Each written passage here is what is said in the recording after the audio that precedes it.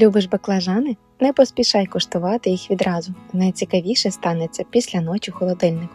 Смак стане настільки насиченим, що ці баклажани першими зникнуть зі столу. Цей рецепт стане одним із твоїх улюблених.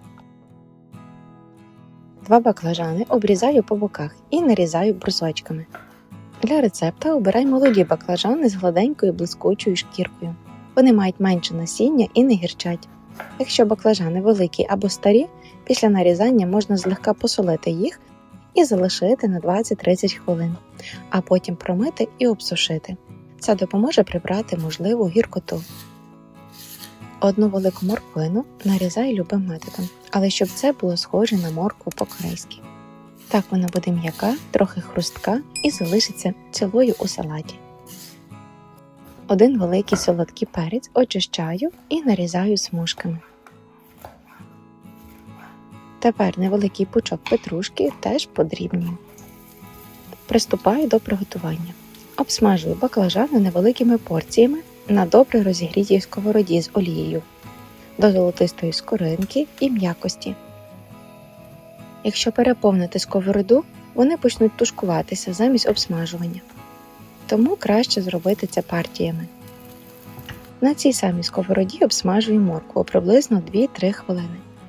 Її пересмажувати не потрібно, вона має залишитися трохи хрусткою.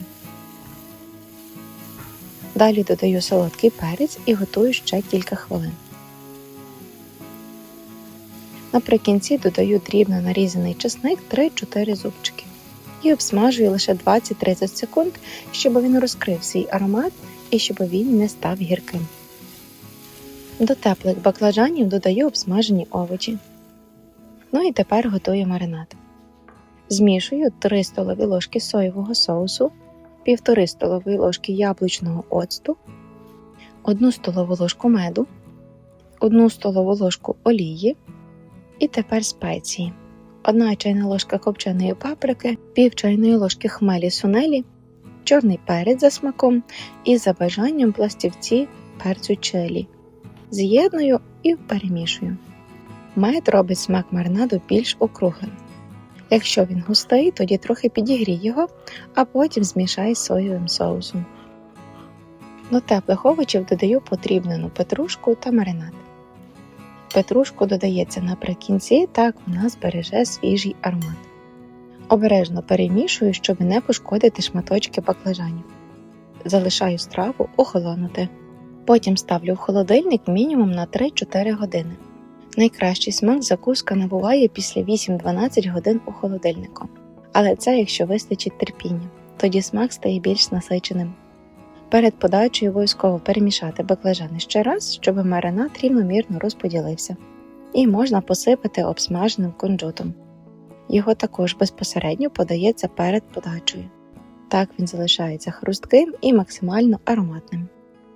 Обов'язково приготуй ці баклажани, поки триває сезон овочів. Вони виходять ніжними, ароматними, з легкою пікантністю і настільки смачними, що наступного дня стають ще кращими. Чудово смакують як окрема закуска, гарнір або як салат. І легко прикрасять твій стіл. Ця закуска чудово поєднується з шашликом, куркою, запеченим м'ясом, рисом, картоплею і свіжим лавашем. Смачного!